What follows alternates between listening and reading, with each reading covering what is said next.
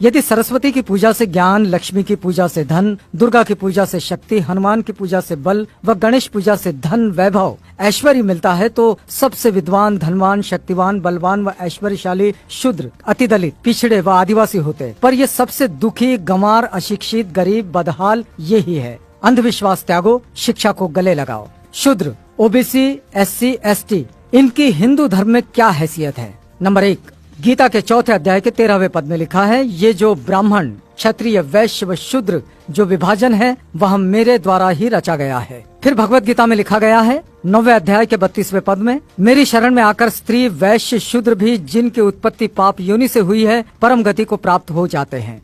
महाभारत में लिखा है शूद्र का प्रमुख कार्य तीनों वर्णों की सेवा करना है। महाभारत ये भी लिखता है कि शूद्रों को संचित धन से स्वामी की रक्षा करनी चाहिए।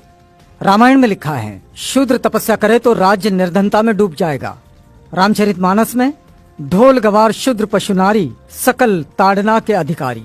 रामचरितमानस में ही पूजिए विप्र सील गुणहीना शूद्र न गुण गण ज्ञान प्रवीणा।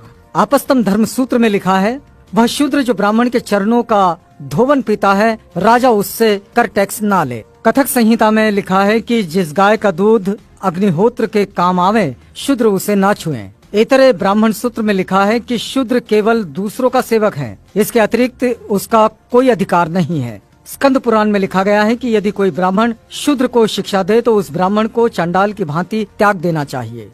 गौतम धर्म सूत्र में लिखा है कि यदि कोई शूद्र वेद सुन ले तो पिघला हुआ शीशा लाख उसके कान में डाल देना चाहिए। यदि वो वेद का उच्चारण करे तो जीभ कटवा देना चाहिए। वेद स्मरण करे तो मरवा देना चाहिए। विष्णु स्मृति में लिखा है कि देव यज्ञ व श्राद्ध में शूद्र को बुलाने का दंड 100 पर्ण। आपस्तम धर्म सूत्र में कहा गया है कि ब्राह्मण कान तक उठाकर प्रणाम करे, क्षत्रिय वक्षस्थल तक, वैश्य कमर तक व शूद्र हाथ जोड़कर एवं झुककर प्रणाम करे। तैत्तरीय ब्राह्मण सूत्र में लिखा है कि ब्राह्मण की उत्पत्ति देवता से, शूद्रों की उत्पत्ति राक्षस से हुई है।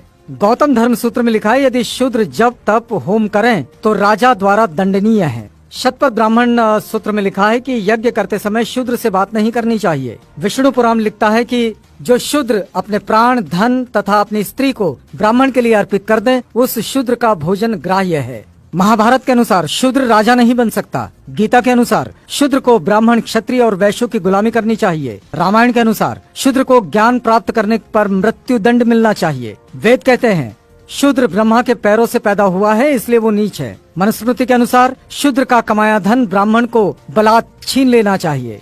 वेद कहते हैं शूद्र का स्थान ऊपर के तीनों वर्णों के चरणों में है। पुराण कहते हैं शूद्र केवल गुलामी के लिए जन्म लेते हैं। रामचरितमानस के अनुसार शूद्र को पीटना धर्म है। फिर भी एक सहनशील शूद्र अब भी इन हिंसक धर्म ग्रंथों और इन देवी देवताओं को सीने से लगाए फिरता है।